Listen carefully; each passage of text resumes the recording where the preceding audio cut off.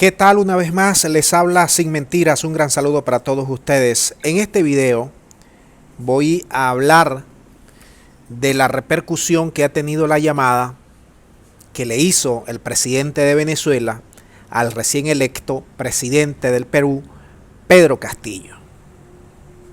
Y te voy a decir lo siguiente, para que tú veas cómo en América Latina tiene sus contradicciones ideológicas.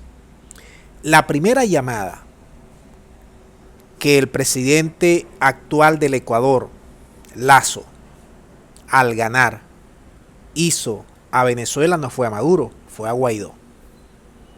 La primera llamada, o una de las primeras, que recibió el presidente ya proclamado del Perú, Pedro Castillo, fue la de Maduro, no la de Guaidó. Y una vez que se enteraron de esa llamada, los gringos entraron en cólera. Pero vamos a escuchar qué fue lo que le dijo Maduro a Pedro Castillo en esa ya llamada que se ha hecho controversial. Adelante con el video. Un día después de su proclamación hablamos por teléfono. Sentí en sus palabras un hombre sincero, honesto, que vine a trabajar por el Perú.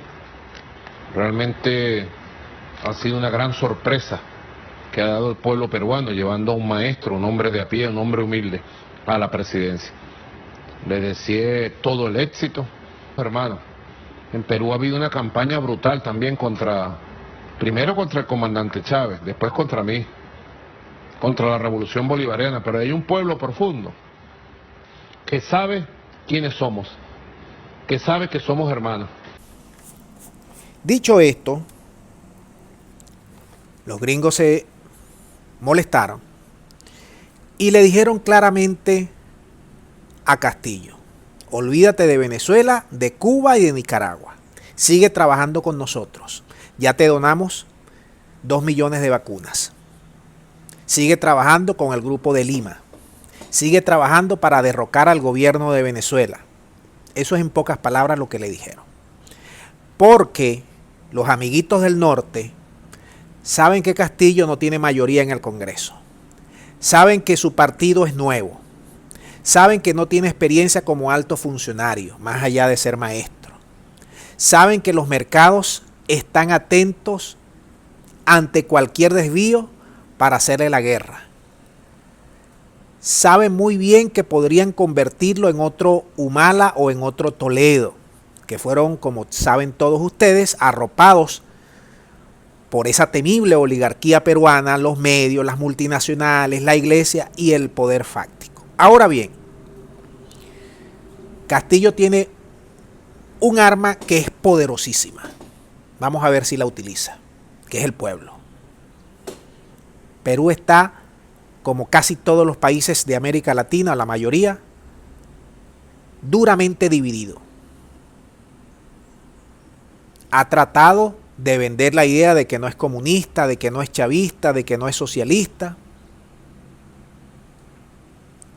Y sabe también Castillo que si traiciona al pueblo y se abraza al poder, se va a derrumbar rapidito. Si quiere luchar al lado del pueblo, probablemente tiene que lanzar la constituyente. Si no lanza la constituyente, el poder no le va a dar respiro siempre y cuando trate de desviarse, trate de rajuñarle algún dinerito al poder.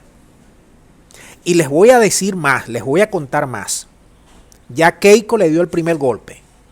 No solamente este que intentó darle, alargando la proclamación. No, ese le falló porque los imperios se le echaron para atrás. No sabemos qué es lo que saben los imperios de Castillo para echársele para atrás.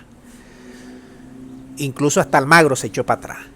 No. El primer golpe lo está dando Keiko ahorita, hace menos de 24 horas, cuando se instaló el Congreso. Y adivinen quién es la presidenta del Congreso. Efectivamente, una de la bancada de Keiko, que se unió con otros factores opositores y ganaron la presidencia del Congreso. En el Congreso de Perú son 130 escaños, de los cuales 37 son para Castillo. Y el resto está repartido, diverso, plural, fragmentado. Yo no tengo dudas de que si Castillo se va con el pueblo, Keiko lo va a intentar sacar del poder. Y hay que recordar la historia reciente de Perú. En los últimos 5 años ha habido 4 presidentes, prácticamente un presidente cada año. Vamos a ver de qué está hecho Castillo. Por lo pronto, la oligarquía y los medios peruanos están atacándolo durísimo, como lo atacaron en campaña. Y ahora, porque se puso un liqui-liqui, le están dando hasta en la sopa, porque dicen que el liqui-liqui se lo puso Chávez, se lo puso Maduro, se lo puso Evo, se lo ponía Correa, y que eso denota hacia dónde va caminando Castillo. ¿Qué ustedes piensan? ¿Qué camino debe seguir Castillo? ¿El de congraciarse con el poder, las multinacionales y las transnacionales para seguir empobreciendo al Perú? ¿O el de buscar un camino diferente, una ruta diferente para tratar de cerrar la brecha y las desigualdades económicas que hay en el Perú? Déjame todos tus planteamientos. Muchas gracias y será hasta la próxima.